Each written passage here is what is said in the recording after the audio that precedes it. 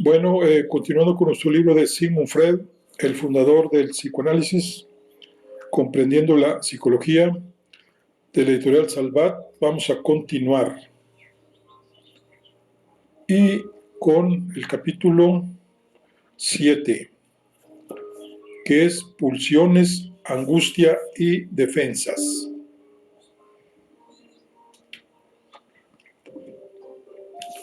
Las pulsiones, el sistema que Freud elaboró por su propia naturaleza, siempre se halló sometido a un proceso de investigación continuo, cuyos progresos no se daban de manera lineal. Reivindicar el carácter científico del psicoanálisis y diferenciarlo de la filosofía, las creencias o la medicina implicaba buscar explicaciones continuamente, iluminar zonas de penumbra, revisar conceptos y afinar categorías y definiciones. Como se ha visto anteriormente, uno de los fundamentos de ese sistema es la concepción de la psique como un sistema bioenergético complejo que tiende de manera constante a crear y sobre todo a mantener el equilibrio. La mente humana se compone de varias partes, las tres regiones, el inconsciente, el preconsciente y el consciente, y los tres actores, el ello, el yo y el superyo. Está gobernada por mecanismos distintos y a menudo contradictorios, y se halla en contacto con la realidad externa, de la que capta una gran cantidad de información cambiante que la obliga inevitablemente a tomar decisiones y actuar en consecuencia. Esta tensión continua, este juego entre varios actores, implica que la psique nunca alcanza un equilibrio perfecto y estable, sino que se halla inmersa en su continua búsqueda, hecho que le causa más tensión que tranquilidad. Al analizar la segunda tópica, hablamos también de las pulsiones. Si quisiéramos ampliar esta idea, podríamos decir que las pulsiones son precisamente esos estímulos internos que perturban dicho equilibrio, un concepto que se halla en el límite entre el cuerpo y la mente, que permite dar cuenta en términos generales de una cierta cantidad de energía que se proyecta en una dirección determinada y busca una satisfacción inmediata. En su ensayo Pulsiones y destinos de pulsión de 1915, Freud describe diversos mecanismos relacionados con este tipo de impulsos de energía, que pueden además transmitirse en distintas direcciones. El proceso pulsional posee un recorrido dinámico, una proyección psíquica hacia una meta, y se caracteriza en función de tres aspectos: el origen, el objeto y el objetivo. La fuente es una excitación somática localizada en una zona de nuestro cuerpo, que varía dependiendo de la situación y el estado de desarrollo psicosexual, tal como se ha visto anteriormente. El objeto es el medio por el cual la pulsión alcanza su objetivo. Es la parte más variable de todas cuantas participan. Puede ser un objeto o bien una parte del cuerpo del sujeto y cambiar a lo largo del itinerario que sigue una pulsión en pos de su satisfacción.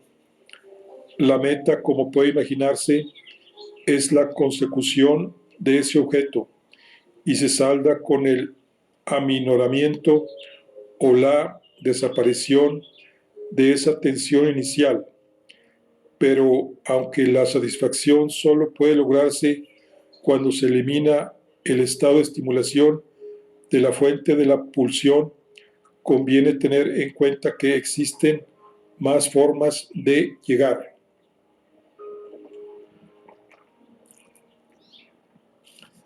Las pulsiones no están determinadas por sus efectos, ya que existen diversas formas de desviarlas y redirigirlas a un destino distinto o bien aplazarse si fuese necesario. En el movimiento que se genera, las energías pulsionales transformadas de manera diversa se configuran como algo equivalente a nivel simbólico del deseo inicial y de la meta que deseamos alcanzar. Con el paso del tiempo, Freud desarrolló y enriqueció sus hipótesis acerca de cómo pueden clasificarse tales pulsiones. No en vano, la publicación en 1920 de Más allá del principio de placer marcó un punto de inflexión. Amor y muerte, Eros y Tánatos. En el texto que se acaba de mencionar, uno de los menos lineales de su obra, Freud se inspiró en la mitología griega para introducir los conceptos de Eros y Tánatos, para representar respectivamente los instintos de vida y de muerte. El Eros es, en términos generales, la fuerza psíquica que nos lleva a efectuar en pos del placer, entendido no solo en un sentido sexual o erótico, sino como un deseo, como una presión creativa y constructiva, una voluntad de ir más allá y establecer relaciones con otros sujetos. A esta tendencia fundamental se opone Tánatos, la pulsión de muerte, una unidad agresiva que anima al caos y la destrucción.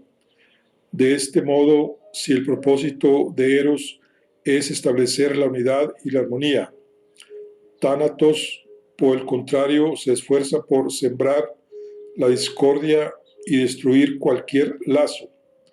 Ambos conceptos, al menos en un primer momento, Freud los tomó de sus numerosas lecturas y en especial de Schopenhauer y su concepción de la vida, a la que consideraba una insatisfacción constante y dolorosa. Quizá no sea fortuito que el padre del psicoanálisis acuñase ambas ideas en una época en que había perdido a una de sus hijas, Sofía. Asimismo, al interesarse por los supervivientes a la Primera Guerra Mundial, Freud detectó la presencia de un mecanismo muy peculiar, basado en la compulsión de repetición, la tendencia arcaica y dolorosa a replicar en el curso del tiempo experiencias muy dolorosas. Ese retorno instintivo y constante a las experiencias traumáticas que no dudó en motejar de demoníacas emerge sistemáticamente cuando se pide al paciente que hable con plena libertad para traer de vuelta lo que previamente había sumergido. En la transferencia analítica, este rebrote del dolor debe responder en algún modo al principio de placer, y precisamente ese es el instinto primordial de muerte. La mente humana se convierte así en un campo de batalla en el que se enfrentan ambos principios, Eros y Tánatos, para tomar el control, aunque la lucha será eterna y sin un vencedor claro. Este choque sin descanso y no la victoria, aunque sea momentánea, de uno u otro, explica la variedad de los fenómenos vitales.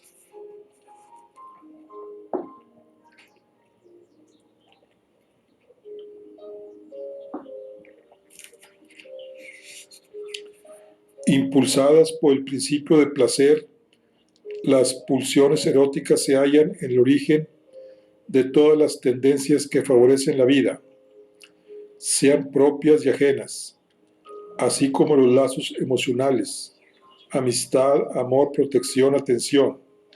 Asimismo, son la manifestación psíquica de las fuerzas con que los organismos vivos resisten todo conato de disgregación.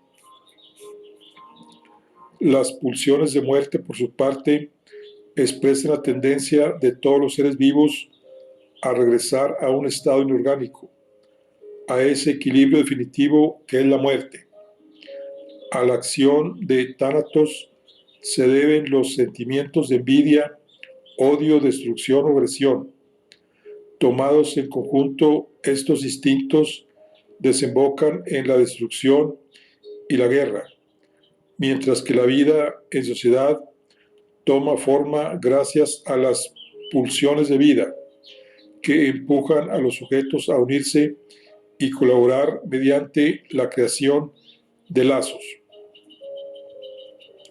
Por encima de ambos procesos se hallan sendas fuerzas opuestas, la agresión y la libido, a la que Freud considera una forma de energía psicosexual que se mueve sin un propósito o una dirección definida.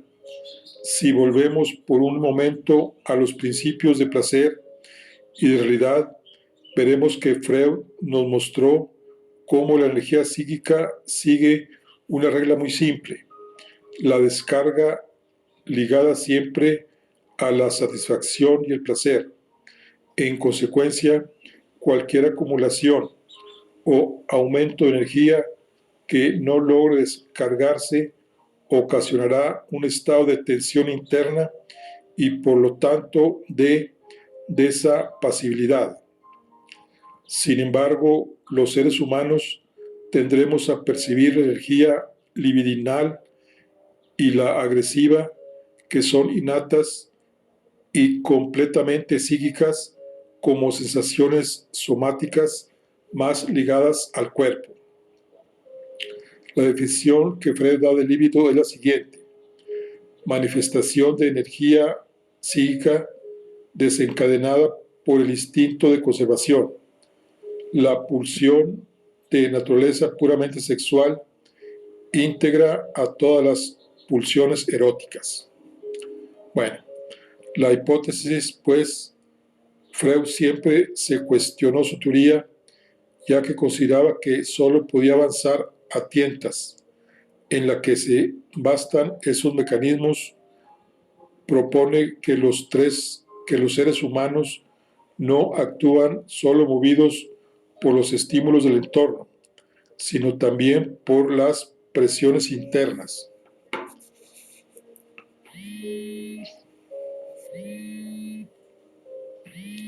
Derivadas de la dinámica de la mente y el cuerpo.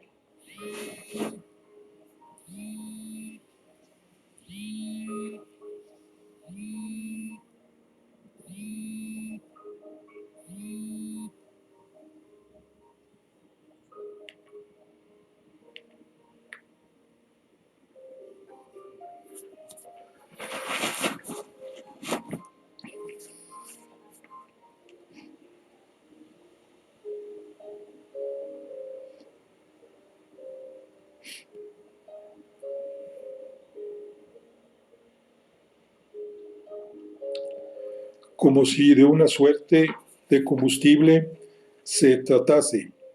Estos estímulos internos nos impulsan a actuar y promover un cambio, sea positivo o negativo. No en vano, la libido se define como una energía constructiva, mientras que la agresividad entraña una fuerza disruptiva e incluso autodestructiva si se vuelve contra sí misma. La pulsión de vida, movida por energía libidinal, pretende establecer lazos o conexiones entre diversos organismos. La pulsión de muerte, por el contrario, expresa una tendencia hacia la materia orgánica, preexistente a la vida, a la inactividad extrema, a la muerte.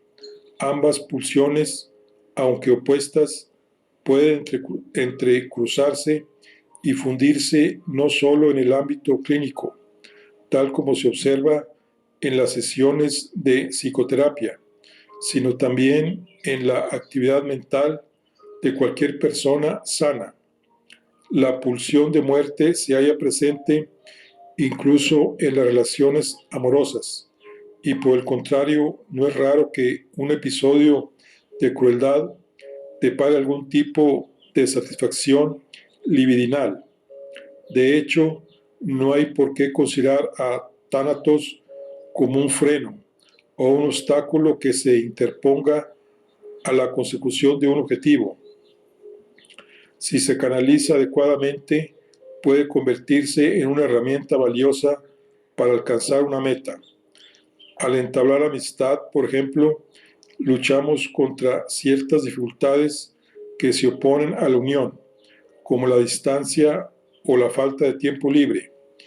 Y si pensamos en el mundo del trabajo, ¿cuántas veces es necesario recurrir a una dosis de agresividad controlada para enfrentarnos a nuestros adversarios y concluir una tarea con éxito? Sea como fuere, es preciso que Eros controle la pulsión de muerte para evitar consecuencias perjudiciales e incluso fatales, tal como ocurre con los comportamientos autodestructivos, cuando la descarga se dirige hacia uno mismo o con las acciones violentas hacia el entorno.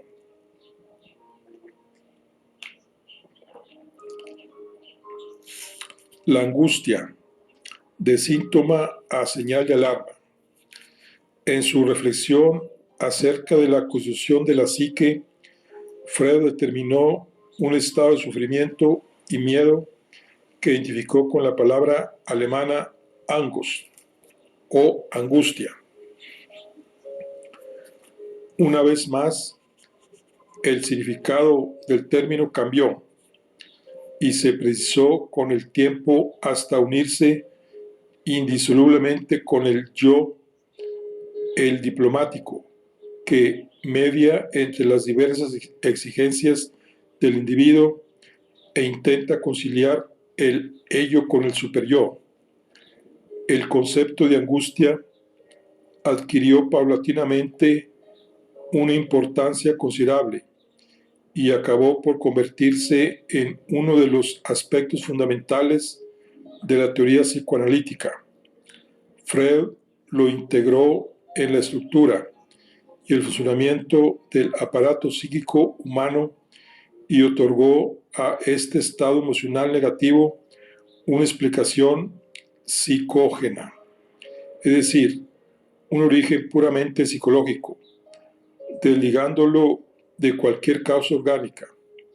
Tal concepción se oponía frontalmente a la psiquiatría de finales del siglo XIX, que situaba la angustia en el plano físico y la consideraba una disfunción del sistema vegetativo, tal como se parecían demostrar ciertas manifestaciones neurogenerativas como la sudoración, la taquicardia, los temblores, etc. En sus primeros escritos, el padre del psicoanálisis la relacionó con una falta de satisfacción de las pulsiones. La angustia sería, pues, un síntoma de esa remoción. Así, cuando una pulsión de la naturaleza que fuese no logra satisfacerse, la energía psíquica se acumula y origina angustia. En tales circunstancias se crea un estado de tensión que no puede ser controlado ni descargarse y en consecuencia se genera incomodidad, dolor y miedo en respuesta a un sistema que no funciona. El hecho de que la energía pulsional no decrezca puede deberse a un mecanismo de defensa. El yo se ve obligado a rechazar instintos que no se ajustan a las normas sociales y morales que el sujeto comparte, como ciertos impulsos sexuales o destructivos, con independencia del motivo específico que impide satisfacer la pulsión. Durante las situaciones de angustia se experimenta una incomodidad muy desagradable, originada por una acumulación de energía psíquica que no haya una salida. Dicho de otro modo, la falta de acuerdo entre el pobre yo y sus amos impide cualquier negociación. Tiempo después, en un ensayo de 1926 titulado Inhibición, síntoma y angustia, y que, pese a ser un tanto desordenado, constituye uno de los más importantes de toda la producción, Freud aportó una interpretación diferente de la angustia. Pasó a considerar la reelaboración y reformulación de pensamientos como una suerte de detonador, una señal que desencadena los mecanismos de defensa a los que recurre el yo para protegerse de cualquier trauma psicológico. La angustia, pues, deja de ser una reacción pasiva y pasa a convertirse en una actividad real de la mente. Sin embargo, esta nueva concepción no implica que haya descartado su teoría inicial. Freud tan solo modificó el punto de vista para centrarse en la función de la angustia en la vida cotidiana, dejando de lado su origen. De acuerdo con su razonamiento, el cuerpo humano, en situaciones potencialmente peligrosas, experimenta ansiedad y miedo, y la angustia alertaría al yo de las amenazas que se ciernen sobre el equilibrio psíquico y mental, con independencia de que éstas sean reales o imaginarias, o provengan del ello o del mundo exterior, ya que lo verdaderamente importante serían los efectos nocivos que podrían acarrear.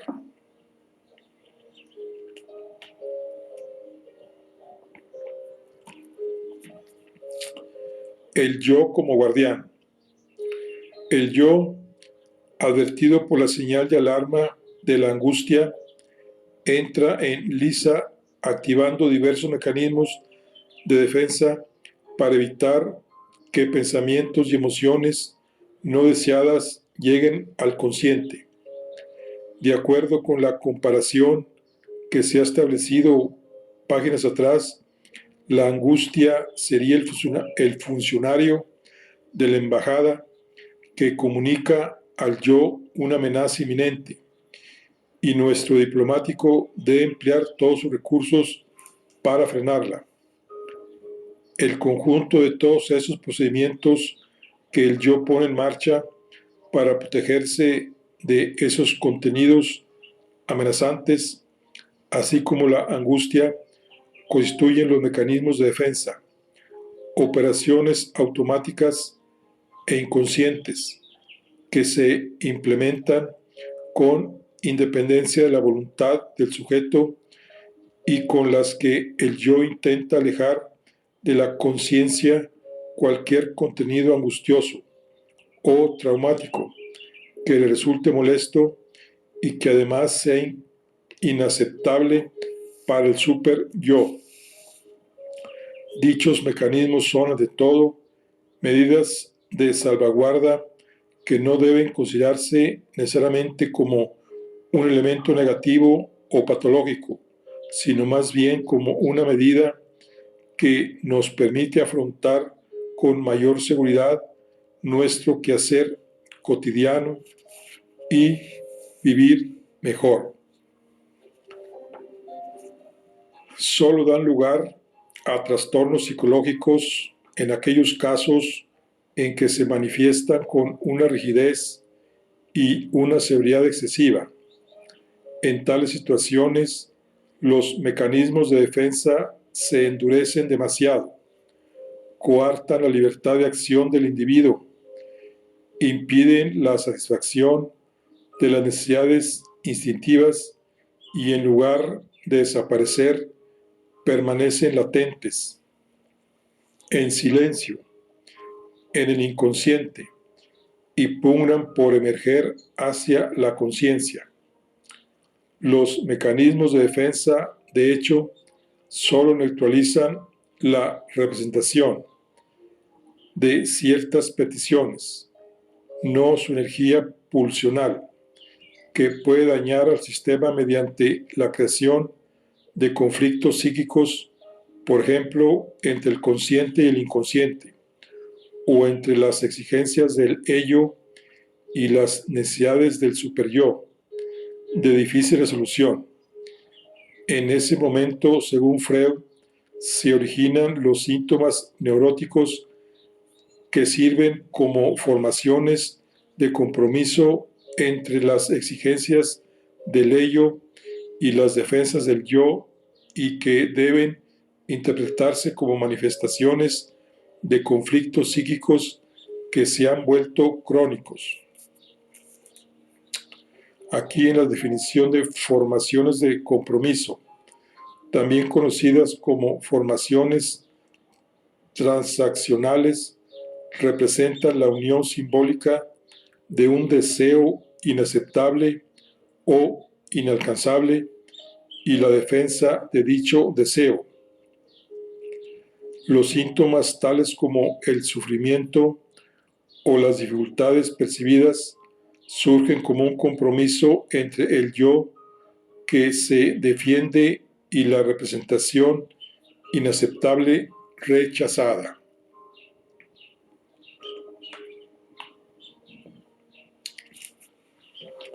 Los mecanismos de defensa. Optar por un solo mecanismo de defensa o más depende de diversos factores, como las características individuales y las circunstancias del momento.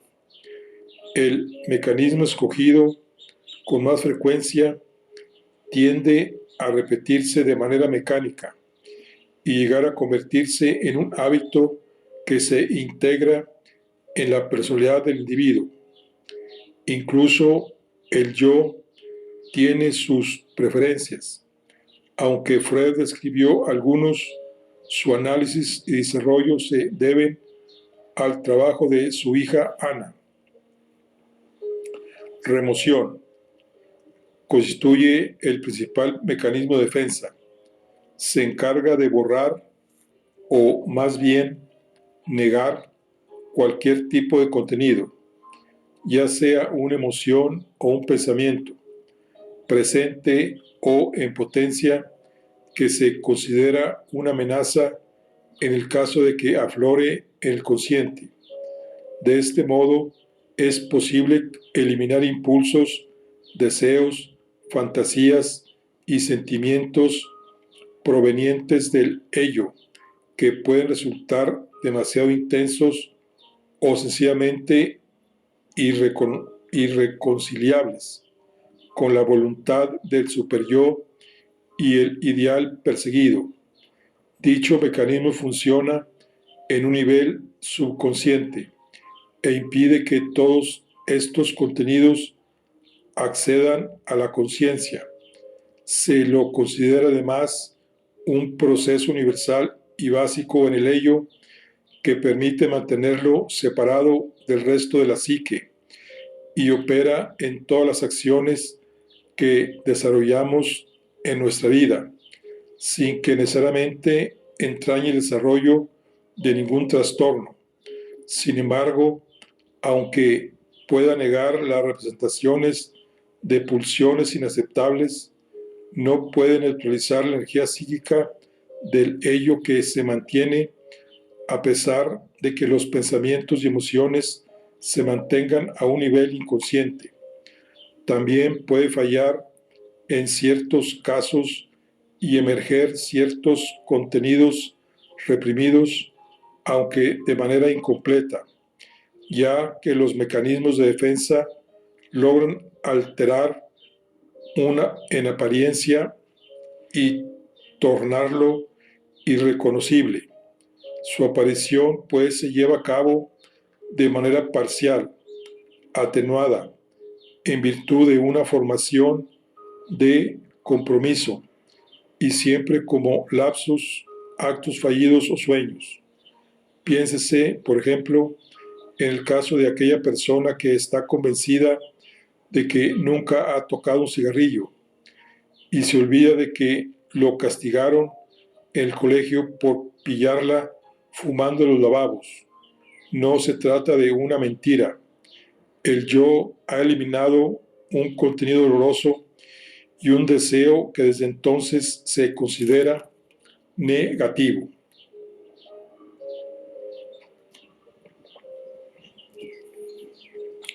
Proyección. Este mecanismo de defensa se encarga de expulsar pulsiones, ideas, fantasías y sentimientos irreconocibles con uno mismo que a partir de ese momento pasan a considerarse extraños. En virtud de la proyección, el individuo se niega a poseer ciertas representaciones y los atribuye a personas u objetos del mundo exterior, como si el yo dijese: ese pensamiento no es mío sino tuyo. No en vano, al activarlo, podemos llegar a creer que esa presencia molesta y expulsada sea en verdad la realidad como se presenta al resto del mundo y no un producto de la imaginación. En algunos casos, la proyección se halla en la base de ciertas formas de delirio, que no es más que una interpretación equivocada de la realidad. Al igual que la remoción, la proyección se halla presente y activa a lo largo de la vida de las personas. Imaginemos que nuestro mejor amigo nunca hubiese estado seguro de sus habilidades como músico. Sin embargo, cuando le preguntan al respecto, se excusa diciendo que son los otros quienes piensan así. El yo, ese guardián, confía a los demás y no a nuestro amigo esa creencia, pues considera que un músico no puede permitirse tales vacilaciones. Formación reactiva. Mediante esta operación automática e inconsciente se transforma un contenido inaceptable en su contrario. Así, por ejemplo, una persona con impulsos agresivos puede comportarse con gran educación.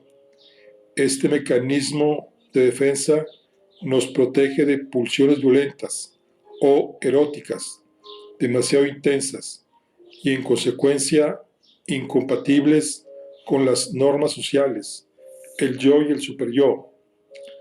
La transformación de un contenido en su contrario tampoco es necesariamente negativa y constituye un rasgo más de la personalidad, aunque puede convertirse en algo patológico si se utiliza de una manera estricta y exclusiva, o cuando se experimenta dolor o incomodidad si no se consigue transformar un contenido en su contrario.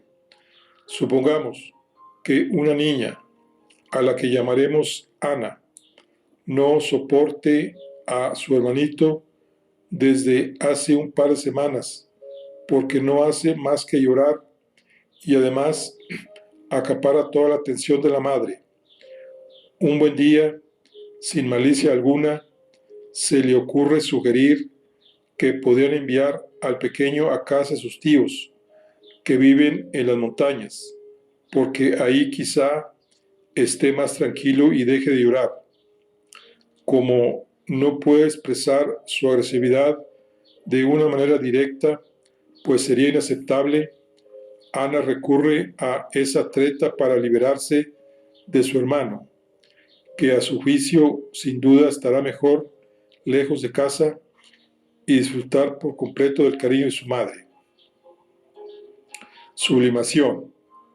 Gracias a este mecanismo de defensa se consigue que el objeto de una pulsión se desplace a un área social y moralmente aceptable. De este modo, una persona puede realizar ciertas actividades en las que canalice sus impulsos agresivos o eróticos de una manera que no se considere censurable y descargar una energía pulsional que en otras circunstancias quedaría atascada en un nivel psíquico. Basta con cambiar la forma para que una pulsión, por muy intensa que sea, se convierta en algo asumible. La sublimación es, por lo tanto, uno de los mecanismos de defensa más útiles y eficaces, ya que da lugar a comportamientos, por lo general, tan sanos y ventajosos como la creación artística, la investigación científica o el deporte.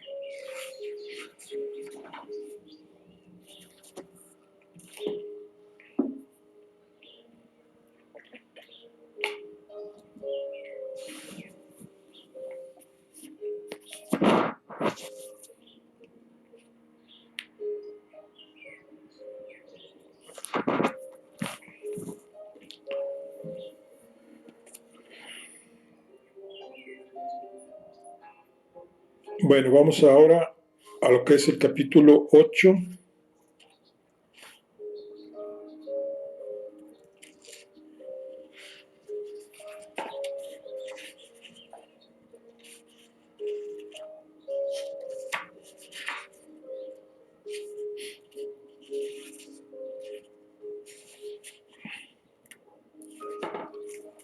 El desarrollo de la sexualidad y el complejo de Edipo. Dice, la sexualidad en la infancia.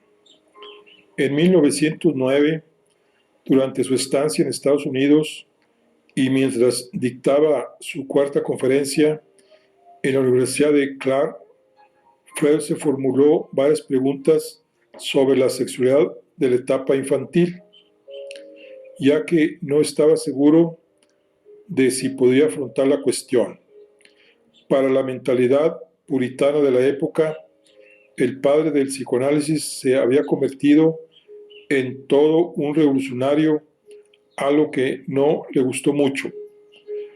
Algunos de sus primeros discípulos y colaboradores comentaban, entre bromas y veras, que pronunciar el nombre del maestro ante la comunidad médica se había convertido en algo parecido a agitar un trapo rojo delante de un toro.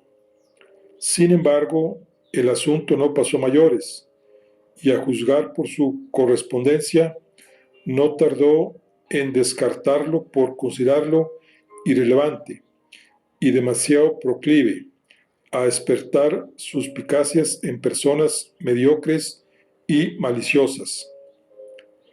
Schindler ya había señalado en sus obras de teatro el peso que tenía la sexualidad en la sociedad de su época, parapetada tras la moral judeo-cristiana, y Freud pudo comprobar las contradicciones que ello implicaba al atender a sus primeros pacientes.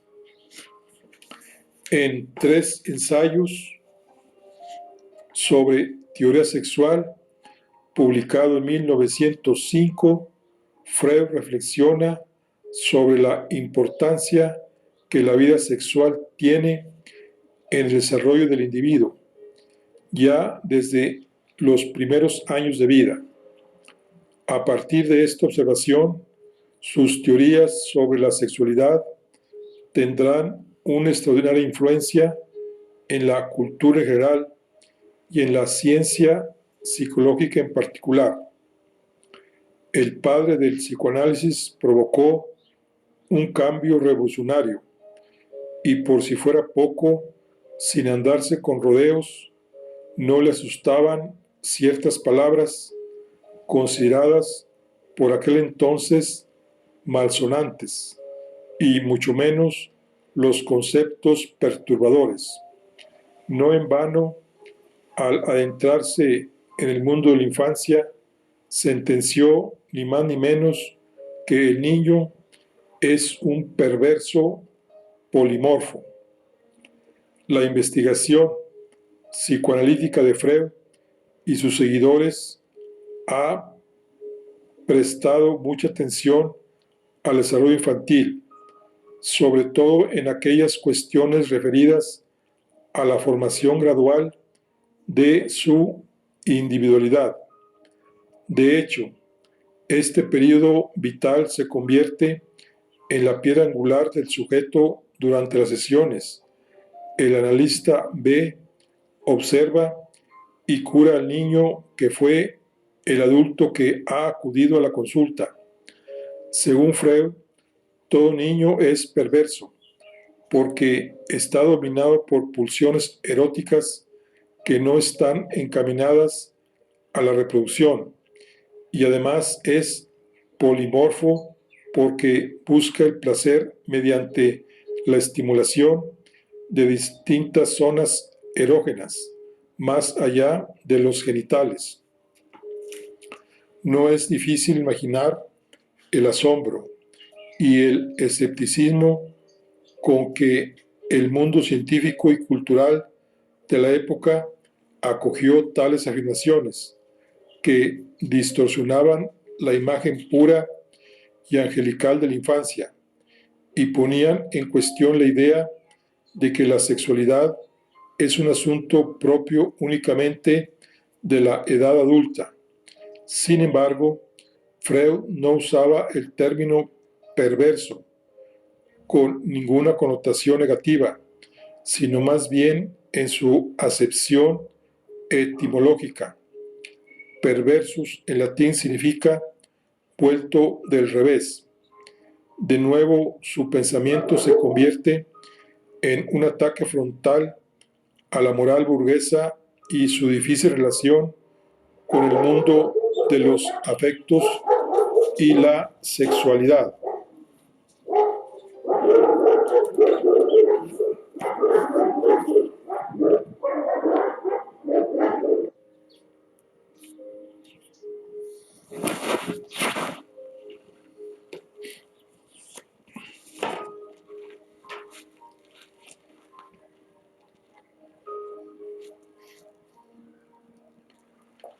La energía disruptiva de la libido.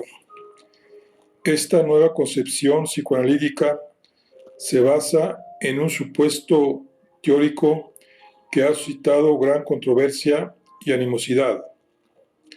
El hecho de que el impulso sexual no tenga una finalidad eminentemente reproductiva, sino más bien la consecución de sensaciones agradables, y en especial que los niños a la tierna edad de 3, 4 y 5 años busquen el placer erótico. Freud dejó bien claro que la pulsión sexual nace de un líbido que busca su satisfacción. Pero, ¿y si no lo consigue? ¿Y si los deseos alimentados por la libido, convertidos en pulsiones sexuales, no logran cumplirse? Según Freud, la dificultad que entraña pasar de una pulsión a otra genera un estado de neurosis que provoca a su vez que esta pulsión quede fijada durante la fase del desarrollo psicosexual o, por el contrario, una regresión en el desarrollo del niño. El mecanismo de esa fijación, consistente en el bloqueo temporal o permanente de una pulsión específica, puede estar determinado por varios factores internos o externos del individuo. Entre los factores internos puede haber diversos acontecimientos históricos, un trauma, la influencia de la familia o del sistema social, el modelo educativo e incluso una situación emocional compleja. Los factores internos, por su parte, incluyen la gratificación excesiva en una etapa de desarrollo de la sexualidad o bien una frustración creada como respuesta a las dificultades que impiden la transición a la siguiente etapa. Mediante estas teorías, Freud quería mostrar que la neurosis y los deseos inconscientes que ya había descrito y analizado al abordar el tratamiento psicoanalítico hunden sus raíces en la esfera sexual, movidos por las propias pulsiones. Durante la práctica clínica, el analista logra que el paciente reviva el niño que fue y exprese un estado de sufrimiento a través de unos síntomas muy precisos. La definición de fijación, según Freud, es un bloqueo temporal o duradero de lo líbido sobre un objeto pulsional o sobre unas zonas erógenas específicas que caracterizan el desarrollo psicosexual. Puede darse como resultado de una gratificación excesiva o por el contrario de una gran frustración acumulada durante el desarrollo del niño. Un viaje al pasado. Freud no se refirió directamente a casos clínicos observados en niños. Años más tarde lo haría su hija Ana, sino que prefirió reconstruir el mundo inconsciente de los adultos, a los que consideraba hijos de los niños que fueron una vez. En aquellas sesiones trataba la edad adulta como si fuese un fiel reflejo de la niñez vivida, como si fuese su prolongación, formada y cristalizada a partir de experiencias pasadas. El adulto, pues, se convierte en el resultado de una cadena de acontecimientos que están determinados por sus precedentes y que a su vez determinarán a lo que vendrán posteriormente. El modo en que se determina esta progresión evoluciona constantemente, si bien en algunos casos implica también la presencia de fijaciones y regresiones que interrumpen o alteran el flujo evolutivo. Durante el desarrollo psicosexual, la libido con sus pulsiones puede encontrar obstáculos que la desvíen de su curso normal y despejen el camino a la neurosis, entendiéndose por regresión, que es lo que describe la naturaleza dinámica de la libido, que retrocede o se retrotrae a formas de experiencias gratificantes anteriores al estado evolutivo alcanzado. Entraña un auténtico regreso a modalidades de funcionamiento emotivo, físico y comportamiento mental propias de una fase anterior.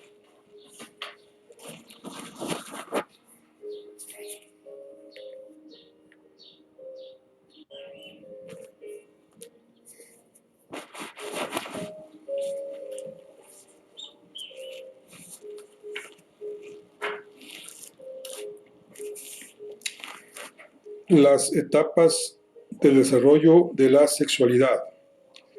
De acuerdo con esta teoría, el desarrollo normal de la sexualidad atraviesa una serie ordenada de fases o etapas psicosexuales. Freud identificó 4: la fase oral, la fase anal, la fase fálica y la fase genital. Las dos primeras, conocidas también como fases pregenitales, poseen una importancia considerable en la organización de la vida sexual adulta, ya que para el bebé constituyen el primer modo independiente y no organizado de explorar y conocer el mundo. Durante este proceso de estructuración, el paso de una etapa a otra implica una modificación del objeto, la meta y la intensidad de la pulsión. En 3 ensayos sobre teoría sexual, Freud formuló, junto con los conceptos más generales de la libido y la pulsión sexual que intervienen en el proceso, otro referido a las zonas erógenas que caracterizan de una manera muy significativa los diversos estadios del desarrollo psicosexual del niño. Estas fases psicosexuales requieren periodos de ajuste y restauración del equilibrio a lo largo del desarrollo, cuyo éxito o fracaso puede generar satisfacción o frustración. De hecho, cabe la posibilidad de que estos conflictos evolutivos se conviertan en un obstáculo o un refuerzo. En el caso de la fijación de la satisfacción pulsional específica de cada fase psicosexual. Asimismo, en el caso de la regresión, se lleva a cabo un retorno a una etapa psicosexual anterior que compromete de forma temporal o permanente el desarrollo normal. En cierto modo podemos concebirlo como un camino organizado en varias etapas en las que se avanza o retrocede en el caso de que no se mantengan las condiciones que han permitido la realización de la fase de desarrollo. Por esta razón, en cada etapa podrían detectarse elementos de otras ya adquiridas que se integrarán por completo al final en la fase genital.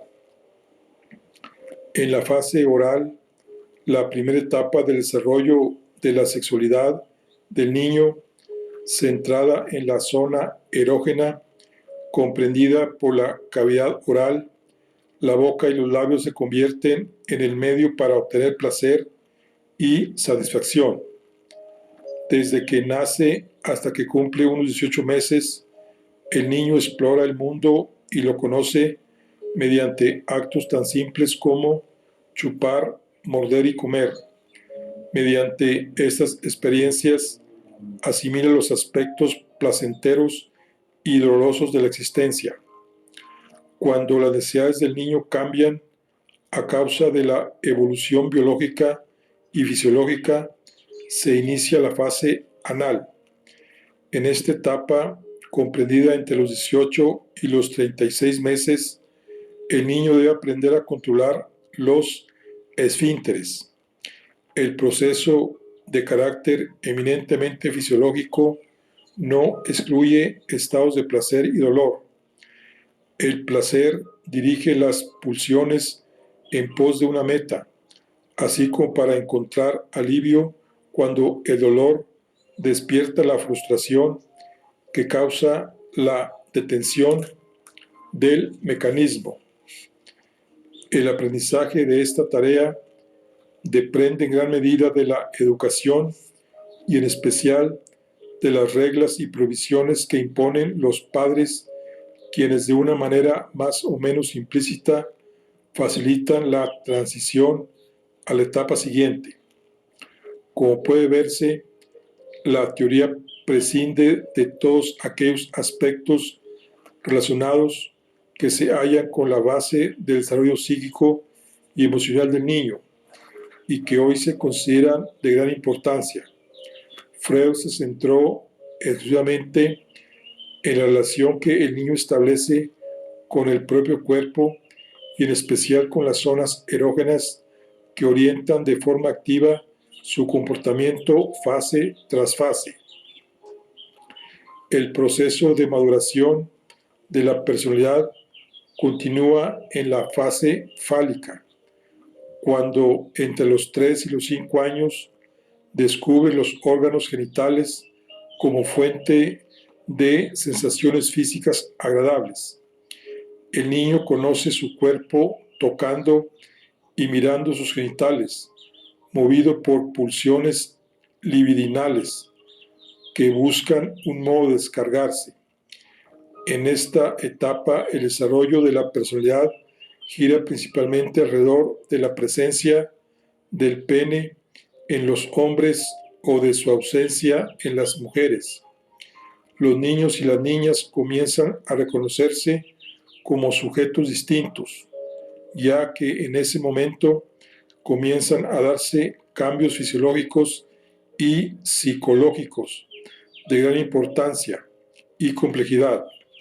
Al mismo tiempo, el sujeto se ve compelido a establecer una relación afectiva con el progenitor del sexo opuesto, así como desarrollar sentimientos de celos y rivalidad hacia el otro.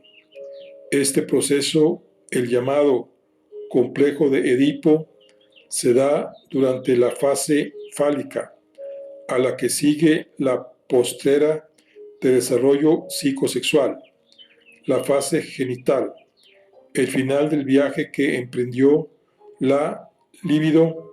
Constituye también la transición de la niñez a la adolescencia tras cumplirse la fase de lactancia, que la fase de lactancia es la pausa en el desarrollo de la sexualidad que suele darse a los 11 años, cuando la libido se atenúa para facilitar la relación del niño con el mundo exterior.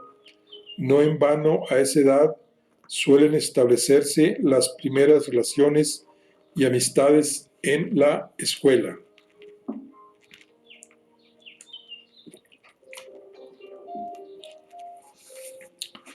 El sujeto, ahora adolescente, encuentra un cuerpo erotizado porque la pulsión libidinal identifica en los genitales ciertas zonas erógenas de donde brota el placer, de un modo similar a como ocurrió en la etapa fálica.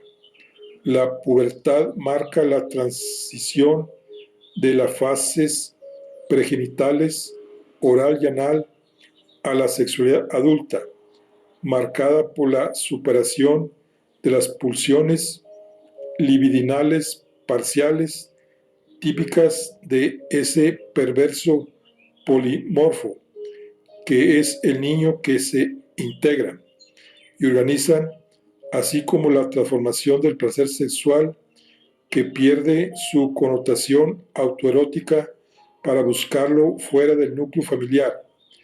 El amor por uno mismo se transforma en amor por los otros.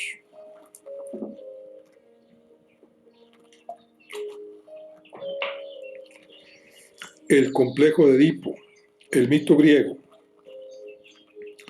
El complejo de Edipo, uno de los pilares fundamentales de la teoría freudiana, se da durante la fase fálica y constituye un paso fundamental en el desarrollo afectivo del niño.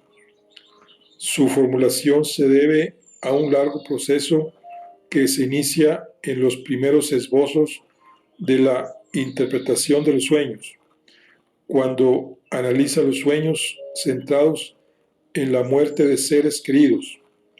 Este conflicto, quizá el más conocido de su pensamiento, gira en torno al amor que siente el sujeto por uno de los padres y el odio que experimenta por el otro. De su superación depende la formación del superyo y entraña un ajuste de cuentas con la propia sexualidad desde un punto de vista despojado de cualquier valoración de carácter moral, normativo o pedagógico. Con todo, antes de escribir este concepto teórico tan importante y analizar el modo en que contribuye a la estructuración de la personalidad, no estará de más detenerse por unos instantes en el mito griego que Freud conoció a partir de Edipo Rey, la tragedia de Sófocles. Según la leyenda, el oráculo de Delfos predijo a Layo, rey de Tebas, que su hijo Edipo lo mataría y se casaría con su esposa. Para evitarlo, el rey ordenó matar a su vástago. Sin embargo, el siervo al que se lo habían mandado, movido por la compasión, decidió salvar al niño y lo abandonó en el bosque, donde lo halló un pastor que lo entregó al rey de Corintio, quien decidió criarlo como si fuese su propio hijo. Edipo creció sin conocer su auténtico origen. Un buen día, acusado por sus adversarios de ser un niño abandonado, decidió consultar al oráculo para averiguar la verdad. Por desgracia, sus palabras lo horrorizaron, ya que al igual que se le reveló a Layo tiempo atrás, supo que acabaría con su padre y se casaría con su madre. Edipo, apesumbrado, dejó Corinto.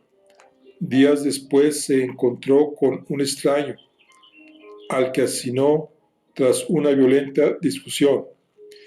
Ignoraba que el viajero era Layo, rey de Tebas, el padre al que nunca había conocido. Más adelante, Edipo hubo de enfrentarse con la terrible Esfinge. El monstruo se había apostado en el camino que llevaba a Tebas y proponía a quien se acercase un acertijo. Si el incauto no lo respondía correctamente, moría devorado. Por fortuna, Edipo lo resolvió sin esfuerzo y derrotó a la criatura. Los tébanos, en señal de agradecimiento, le ofrecieron la corona y la mano de Iocasta, la viuda de Layo, quien había muerto de manera misteriosa. La pareja tuvo 4 hijos y pasaron los años felizmente. La armonía se quebró cuando de improviso una plaga se cernió sobre la ciudad y se avisó al rey de que para erradicarla había que encontrar al asesino de Layo. La ciudad había quedado manchada por un crimen que se mantenía impune y los dioses estaban dispuestos a castigarlo. Edipo consultó al adivino Tiresias para conocer la identidad del asesino, darle su merecido castigo y salvar a sus súbditos. Las pistas lo conducen a un descubrimiento terrible sin saberlo. Había matado a su padre, Layo, y se había casado con su madre, Iocasta, quien se suicidó, incapaz de soportar tal horror. Edipo, al conocer la verdad, se arrancó los ojos porque no le han servido para ver la realidad y abandonó la ciudad. Bueno, ese es el mito. Antes de continuar con el mito, vamos a ver aquí lo que es el niño, las fases del desarrollo psicosexual, fases pregenitales, la fase oral del nacimiento a los 18 años, la fase anal de los 18 a los 36 meses, la fase félica de los 3 a los 5 años, el periodo de lactancia de los 6 a los 11 años y la fase genital de los 12 años a la edad adulta. Las zonas erógenas empieza por la cavidad bucal y labios en la fase oral, en la fase anal por la zona anal, en la fálica los genitales y en la genital los genitales. Las características en la fase oral, placer y conocimiento del mundo comiendo, succionando y mordiendo. En la fase anal, placer obtenido mediante el control de los esfínteres. En la fálica, descubrimiento de las diferencias entre el cuerpo masculino y el femenino. Y en la lactancia, pausa en el desarrollo sexual. La libido se adormece para favorecer el acercamiento al mundo exterior. Y en la fase genital, placer obtenido en relaciones sexuales con personas del otro sexo, desde los 12 años a la edad adulta. El líbido es energía biológica de naturaleza sexual. Toma forma en la pulsión formada por fuente, objeto y meta. La fuente es origen de la pulsión, parte del cuerpo en la que se localizan las tensiones eróticas, o sea, zonas erógenas. Y el objeto, persona o cosa, medio para alcanzar la meta, y la meta es la obtención de placer, satisfacción de las necesidades y relajamiento de las tensiones. Estas son las fases de desarrollo psicosexual. Bueno, ahora vamos a ver del mito al complejo un significado universal. Dice, Freud tuvo muy en cuenta este mito griego tan elaborado, no solo a causa de su pasión por la literatura. En 1863, al presentarse a la reválida, escogió un pasaje de Edipo, rey, para su examen de griego, una obra que, como confesó, envanecido a un amigo suyo, conocía muy bien. Años más tarde, ya adulto, al sentarse en su butaca cerca del diván en el que se tendían los pacientes, le bastaba con alzar un poco la vista para contemplar una reproducción de Edipo resuelve el enigma de la Esfinge, el célebre óleo de Ingres. Es más, con ocasión de su 50 aniversario, amigos y discípulos mandaron acuñar una medalla en una de cuyas caras figuraba el perfil adusto del maestro y en la otra Edipo y la Esfinge, con el lema, quien resolvió el famoso enigma y fue hombre de muy gran poder. El explorador del inconsciente se había convertido en una figura señera entre sus contemporáneos. Freud atribuyó al mito griego, por el que siempre sintió una enorme fascinación, un significado universal. El itinerario del desarrollo no permitía solo realizar un recuento de la historia personal, sino comprender a todos los seres humanos. El mito de Edipo en la teoría freudiana se convirtió en el complejo de Edipo.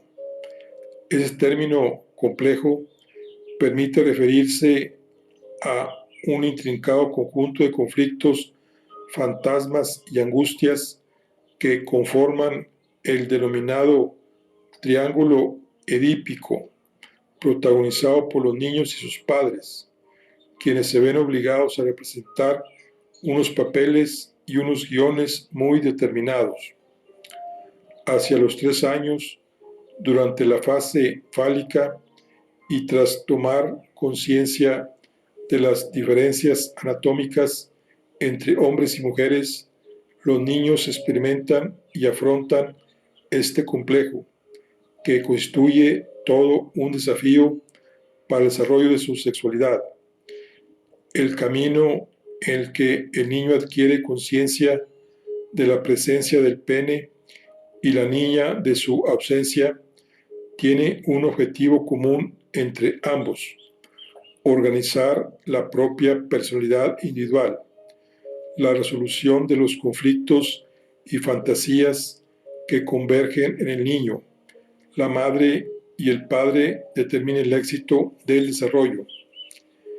El niño no está solo. Para continuar con su desarrollo descrito por Freud mediante el mito edípico, el pequeño necesita el apoyo de ambos padres. Se trata de un reto muy importante para el triángulo familiar. Si se resuelve correctamente, el niño se convertirá en hombre y la niña en mujer. En la teoría freudiana, la figura paterna adquiere una importancia creciente. Busca compensar en la fascinación que el padre del psicoanálisis llegó a sentir por Moisés, padre de su propio pueblo. En el complejo de Edipo, el padre desempeña un lugar preeminente en el desarrollo del niño, tal como ocurre en la tragedia griega. En un principio, las relaciones emocionales son exclusivas de la pareja, que forman la madre y el hijo, quedando el padre en un discreto segundo plano. Al iniciarse el conflicto, sin embargo, el padre adquiere gran relevancia, ya que representa el castigo y la amenaza de castración que aparta al niño del afecto de la madre, que llega a imaginarse como incestuosa. Conviene precisar, no obstante, que nos encontramos en un plano muy distinto de la realidad. Dicha amenaza opera solo sobre el deseo y las fantasías del niño, quien teme que la castración represente un acto punitivo por su afecto hacia la madre, de una manera análoga a la que Edipo en la tragedia no pudo zafarse del destino y acabó yaciendo con Iocasta sin saber quién era realmente. Freud describió dicho complejo de una manera muy sucinta. El niño experimenta una gran hostilidad hacia su padre, al que se opone abiertamente, mientras que por el contrario manifiesta un gran amor por su madre. La situación, sin embargo, no siempre se da con tanta claridad. En algunos casos se muestra complaciente con el padre y agresivo con la madre. Este primer gran conflicto, este primer gran desafío que debe afrontar el individuo, lo mantiene el niño frente a sus padres, quienes sientan las bases para el desarrollo de sus emociones y su personalidad. La superación del complejo de Edipo suele coincidir con el inicio de la fase de lactancia. El conflicto entre el niño y los deseos que siente frente a sus padres sufre una pausa y reaparece durante la pubertad. Al igual que la calma, después de la tormenta, se da una suspensión de la libido y de las pulsiones sexuales, y el complejo queda resuelto hasta que a los 12 años aproximadamente comienzan la etapa genital y la adolescencia. Durante esta etapa en que las emociones adquieren una gran intensidad y las pulsiones sexuales emergen con un vigor renovado, el adolescente sigue las huellas que en la infancia dejaron su temperamento y el complejo de Edipo. a punto ya de darse por concluido para iniciar un viaje hacia el mundo exterior más allá del padre y la madre. El fantasma, conjunto de deseos que no han llegado a realizarse en la vida concreta del individuo y encuentran en el inconsciente una vía alternativa a su satisfacción. El término se refiere al mundo imaginario y a sus contenidos.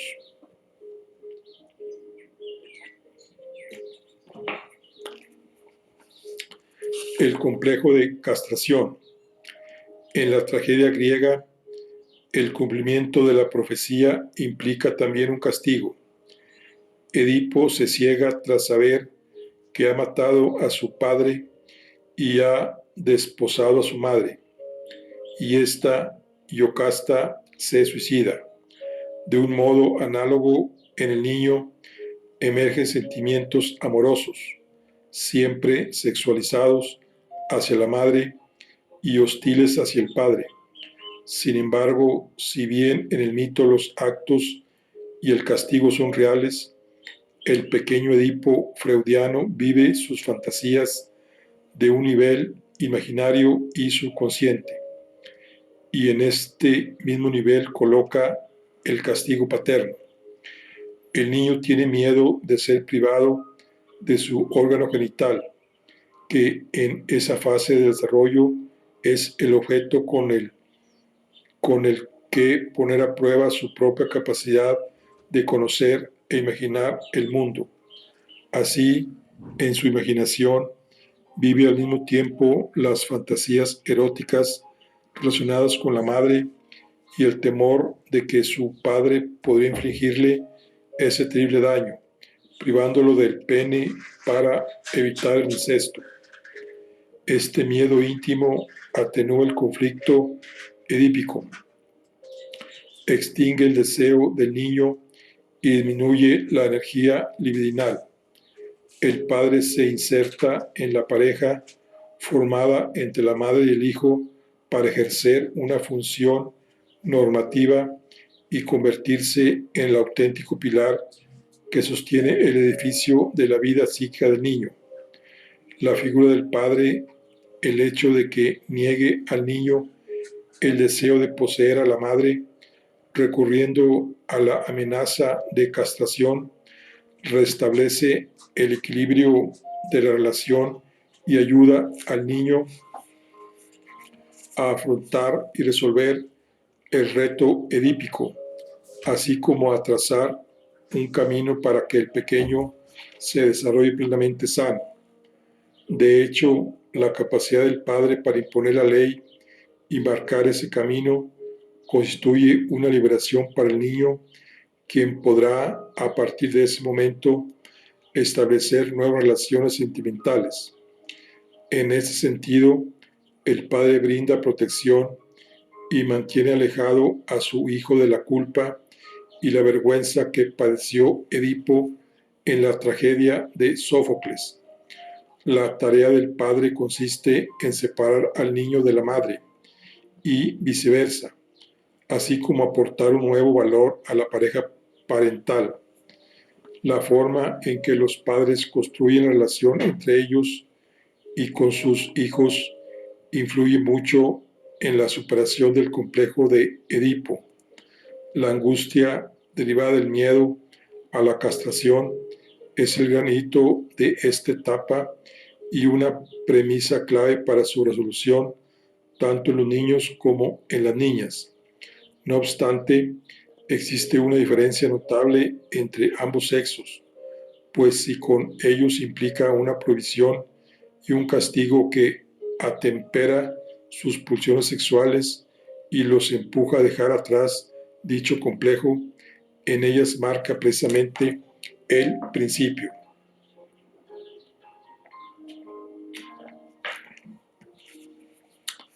La envidia de pene. La diferenciación sexual estriba en un solo genital, el masculino.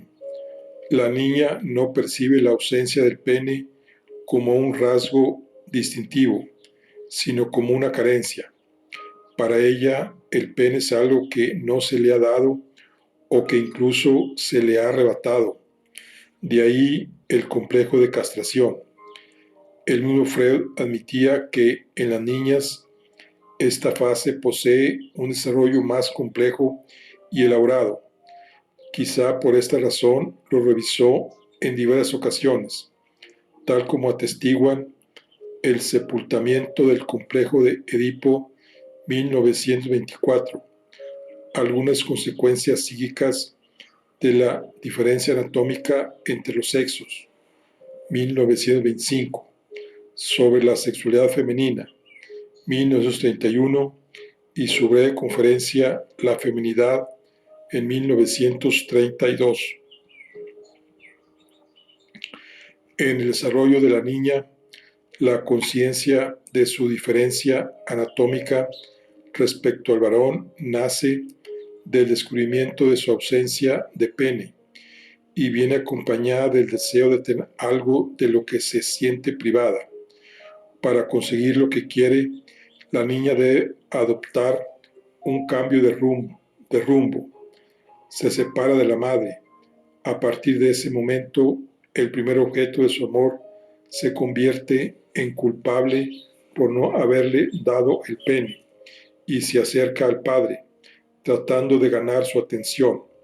Así, el complejo de Edipo comienza precisamente con el traspaso al padre del amor que sentía por la madre. La niña lleva a cabo tal proceso devaluando, en cierto modo, a la madre, a la que considera un ser con los genitales castrados, privado del sexo masculino que desea. No se trata de un cambio inmediato, sino paulatino y mucho más tortuoso que en el caso de los niños. El ansia de pene adquiere diversas formas que van desde su reclamación hasta el intento de sustituir a la madre y ocupar su lugar al lado del padre. En un plano simbólico, se da incluso el deseo de tener un hijo con el padre. En este caso, sin embargo, no existe ninguna prohibición basada en una amenaza de castración, hecho que tiene graves consecuencias, ya que si en el niño este miedo lo asusa a resolver el conflicto y a anunciar a la madre cuanto antes, en la niña, al ser inexistente, la condena a superarlo de una manera mucho más lenta y laboriosa. Freud retomó tales cuestiones una y otra vez, movido por las críticas a algunos factores y algunas feroces observaciones y argumentaciones provenientes tanto de sus seguidores como de sus detractores. No en vano, incluso en una obra tan tardía como las nuevas conferencias de introducción al psicoanálisis en 1932, volvió a reflexionar sobre el complejo de Edipo y su dinámica. En esta obra propuso que su superación y la formación del superyo iban entrelazadas, ya que el deseo por el padre se transformaba en una interiorización psíquica que recoge valores y diferencias transmitidos de generación en generación. El complejo de Edipo se supera y deja su herencia en ese ideal del yo que regula el comportamiento y los deseos.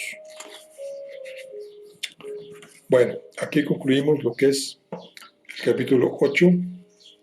Nos vemos en la siguiente. Hasta luego.